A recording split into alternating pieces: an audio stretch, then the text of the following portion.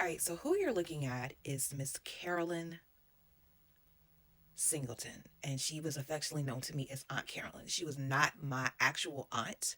Her, and I'll put the picture up so you can see it, and my Aunt Dell have been friends for over 70 years. I know it was a particular year, but I can't tell you off the top of my head. So we laid her to rest this past Saturday. And one of the biggest things that I loved about her is that she lived life to the fullest. She we did I did not know she had lupus. When she passed away, she was 79. And I told mommy I never, and not saying she didn't have aches and pains and whatnot, but nevertheless, there was a vibrance about her. There was a vigor about her. She was an educator. She worked at the Burke High School, and she was a teacher at one point, a counselor. She worked in Cross. She was a pillar in the AME church when it came to their Christian education program. She did a lot. And then she had different groups where she saw a need and she wanted to help build community. So it was one thing that was called the Daughters.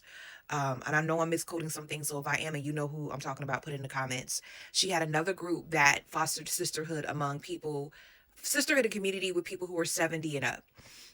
And they would alternate at each other's houses and meet once a month and just pour into each other and reading the word and doing activities outside of the church, doing community based activities. And it was what I love about homegoings is when you can tell that person had an impact on their life. Number one, based on the number of people that were in the room.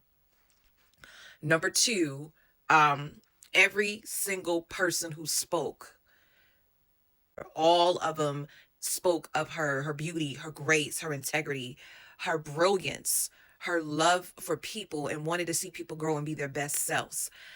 Every speech touched on that. So when I say I know she's going to be dearly missed, but one thing that I put on Facebook is how when you leave this earth, you have to think about what is the legacy that I'm leaving. And legacy is not simply money.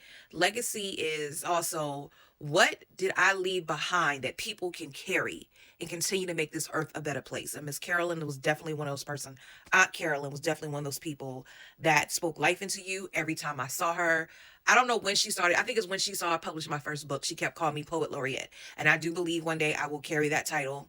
When and where, I can't tell you. But when I say it was a joy to see her, a joy to be connected with her, a joy that because of her, she's one of the many people that poured into my life that you know that God, when she entered the gate, said, well done, my good and faithful servant.